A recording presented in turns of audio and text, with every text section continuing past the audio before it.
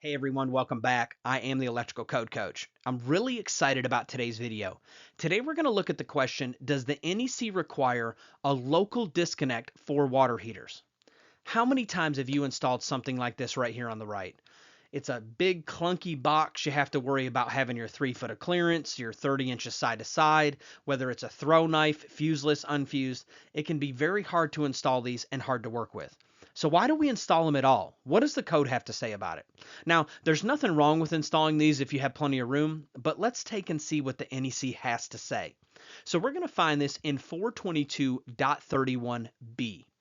Now, Article 422 is awesome. It's all about appliances. It's a very short read. I highly recommend it. Today, we're going to be in .31b, and this is under Part 3 of Article 422, which is dealing with disconnecting means. Part B says, for appliances that are rated over 300 watts, when they're permanently connected, the branch circuit switch or circuit breaker shall be permitted to serve as the disconnecting means where one of these 2 points are hit.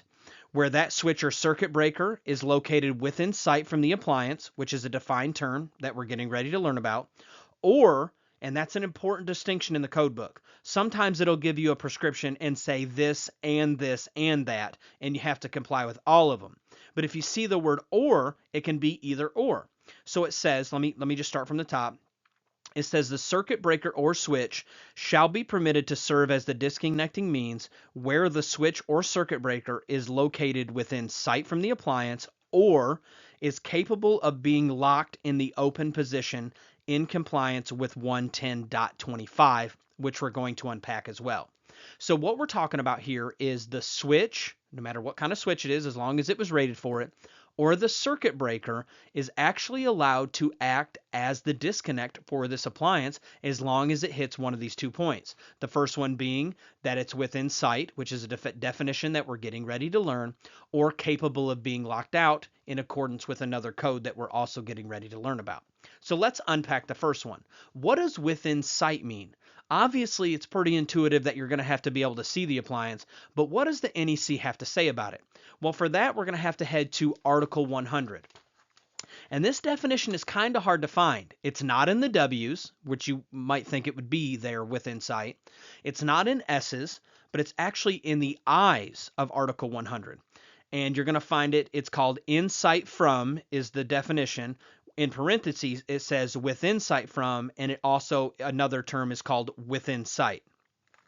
So it says here, equipment that is visible and not more than 50 feet from the equipment. So this is a two-part definition. Not only does it have to be, physically visible, but it also has to be within 50 foot of that appliance to comply with the within sight. So one way to not have to put a very close localized disconnect is if you have another disconnect, switch, or circuit breaker that is visible from that appliance, from the water heater, and is not more than 50 feet. Now let's look at the other way that you can comply with this code and not have to put one of these clunky disconnects. And the second part said that it's capable of being locked. This meaning like the circuit breaker or the other disconnect that is controlling it. As long as it's capable of being locked in the open position, remember open means off, then you're allowed to use it as long as it complies with 110.25. So let's go ahead and head there now. So when we head to 110.25, we're going to find that it says this. If the disconnecting means is required to be lockable in other parts of this code, it shall be capable of being locked in the open position. The provisions for locking shall remain in place with or without the lock installed. And let me show you what I mean by that. All right, and this is a perfect example of what this code is talking about. This here is a breaker lockout, and it's not one like a lockout tagout system that you're going to be installing at the time of locking it out. This one is going to be already on the breaker and not easily removed. To install this type here, you must actually remove the cover of the panel, install this, and then put the panel cover back on so it's always in position. And that's what the spirit of 110.25 is talking about.